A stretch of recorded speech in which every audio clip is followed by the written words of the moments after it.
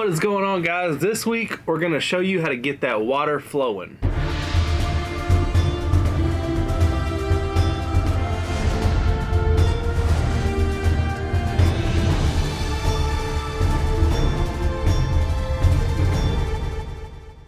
I want to start this off by talking about Lego and water. Now, I know when looking at MOCs, there's plenty of things that draw your attention. Some are really tall buildings, some are just lights and sounds, some are really fancy things.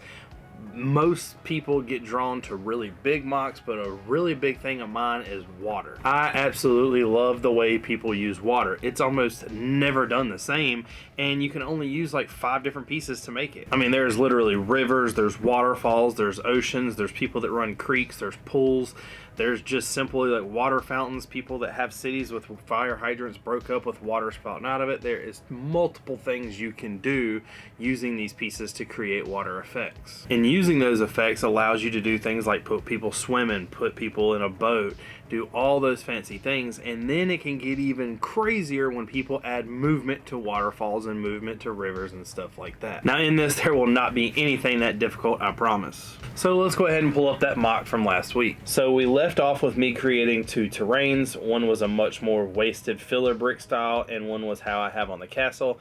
I'm actually going to stick with that first one I did simply because I like the way it's laid out and it has multiple layers. This week what I want to talk about is water, and I want to show you kind of how to place it. Now, just like the mountains and really anything Lego, water can be done in so many different ways.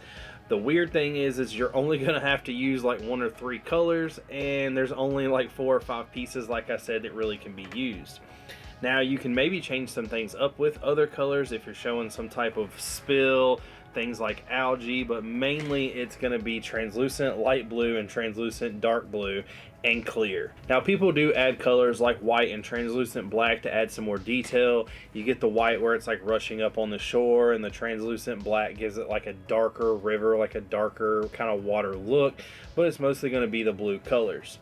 So first, like always, we need to have the area where the water is going to be. We need to go ahead and get that mapped out. Once the area is chosen, what I always suggest first is to find any area you want to show shadows, or maybe even areas where you want to show it's really deep. Those are the areas where I suggest that this translucent dark blue piece comes into play. Now, with these colors, you're always going to want to use plates and tiles. That's really all you can. Now, one of the things that sucks about water is you're kind of stuck using certain pieces like plates and tiles and studs just because that's all that really come in that color. The bad thing about it is there is 1x4s, but it's not very many, and it's actually expensive on Bricklink. So one of the things you're gonna pretty much have to do is use 1x1s and 1x2.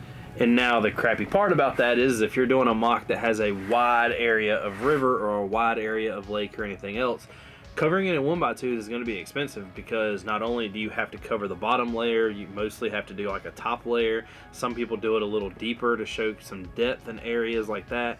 So it really just depends on the style of MOC, but covering it in 1x2s and 1x1s does get kind of pricey. And kind of like the castle, I got the little river that goes around it, and I've got like 2,000 pieces in it already, and I'm nowhere even close to being done. Now that you've grabbed those translucent dark blue pieces, you want to lay those where all the shadows are, or where you want any kind of deep effect to be, to kind of make any kind of shape or anything else. And then you're really just going to cover the entire rest of the area in translucent light blue pieces. Now, when placing these down, I always recommend facing them all in the same direction.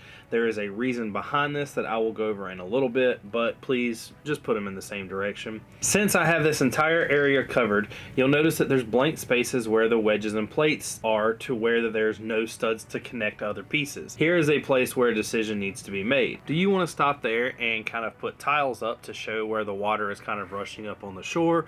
Do you want to go even higher so you can see that color underneath the water to where it almost looks like it's sand or like wet dirt? Or do you just want to simply call that done and leave it alone? I recommend never calling it done. Do not leave it looking like that. I don't think it looks good. You'll see the gap kind of in between it.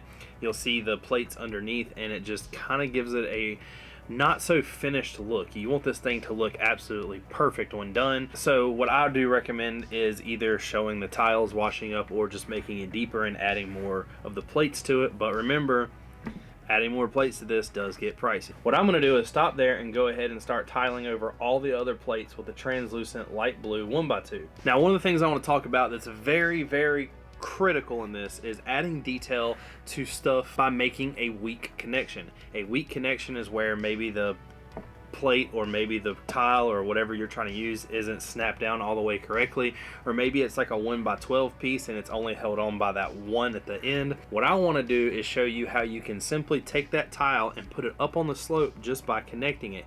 And the way I'm going to do that is actually not in studio because it won't allow it. I'm going to show you in the castle MOC how I have done that. Now remember, sometimes you are going to have to sacrifice a strong connection for a better look. I always recommend doing that. Anytime that something can look better. The bad thing about a strong connection is if you move it a lot. Like, I'm planning on taking this castle to conventions. I've already put it in boxes because I was supposed to go this weekend and actually didn't because of money issues. But there's plates and tiles that are going to fall off. There's stuff that is going to break. You're never going to be able to transport something almost completely across the world or across the state or anywhere and something not break. This does add a huge improvement over laying tiles flat. So let's go ahead and skip forward to having this completely filled up with tiles, and then we'll talk about what's next. Now you see how we've got all this filled up with tile. The tiles are laying on top. I've went ahead and added some 1x1 white tiles at the end. What I want to show you is if you look from up above, now I know on studio it's not perfect because you can see like all these blanks, but you see the dark and the shadow and how that looks. Now the part that I want to talk about is underneath here. You see how I have covered up all those places and how it just looks like it's flowing, versus over here on this side how you can clearly see the land stop. Now you can go up higher to kind of get rid of that, but the problem is if you go up higher, then you're gonna have to go up higher, and then you're gonna have to go up higher. So what I recommend doing is kind of stopping there, and you can do multiple things. All of these 1x tiles can simply be replaced with a very cheap, inexpensive part, these slope cheese wedges right here. Now these slope cheese wedges do come in a translucent blue, and what that does is add a better effect, and it will actually show you the motion of it going up, and I highly recommend doing that in a lot of places. It gives it, you're going to use those slopes to create a lot of things. On the back of where boats are, it kind of has like the water going off in the waves. Any kind of movement in the water, if you don't use those, it doesn't necessarily look bad, it's just going to look really flat. And I always say add dimension to the sets. Anytime you build a MOC or anytime you do something, make sure you can add the most detail and the most motion possible. You want it to look like it's moving, you want it to show whatever kind of story you're portraying, and it's not going to do that if everything looks completely flat. You can see we took off those white tiles and then we put in some of those cheese slopes. Now that does look so much better. Now that we've got this water complete and the kind of layout, I think this is coming together absolutely perfect. I really hope y'all are picking up on a lot of this, and this is some ideas and stuff that y'all have never heard about and never decided to do before maybe.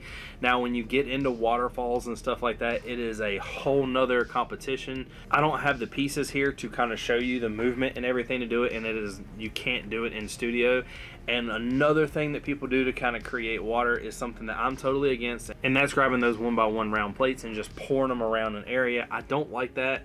It doesn't look that bad, but I feel like it's a really easy way to get out of a MOC building. I want to see somebody actually build it, and I know that it gives a texture that you'll never be able to create, but the thing is that you really can create it.